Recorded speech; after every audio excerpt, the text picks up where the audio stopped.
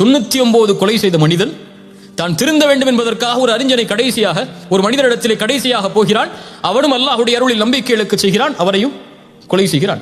100 பேரை கொலை செய்ததற்கு பிறகும் அவன் உள்ளத்தில் அல்லாஹ்விடத்தில் செல்ல வேண்டும் என்ற ஆசை வருகிறது. ஒரு அறிஞரிடத்திலே கேட்கிறான். அறிஞர் சொன்னார், இந்த ஊரில் இருந்து கிளம்பி நல்லவர்கள் வாழக்கூடிய ஊருக்கு செல், பாவத்தில் இருந்து விடுபட்டு முதலில் செல், போ.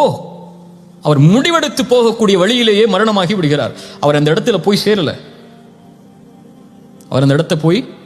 சேரல. முயற்சி பண்றார் போறதுக்கு. போகக்கூடிய வழியில் மரணம் வருகிறது. அவர் உண்மையில் அல்லாஹ்வுடைய அளவுகோலின்படி, இயற்கையின் அளவுகோலின்படி பாவிகளுடைய ஊருக்கு தான் அருகாமையில் இருந்தார். ஆனால் அல்லாஹ் நல்லவர்களுடைய ஊருக்கு அவரை அருகாமையில் ஆக்கி நல்லவர்களின் உயிர்களை கைப்பற்றக்கூடிய மலக்குகளை கைப்பற்ற அல்லாஹ் அனுமதித்தது ஏன்?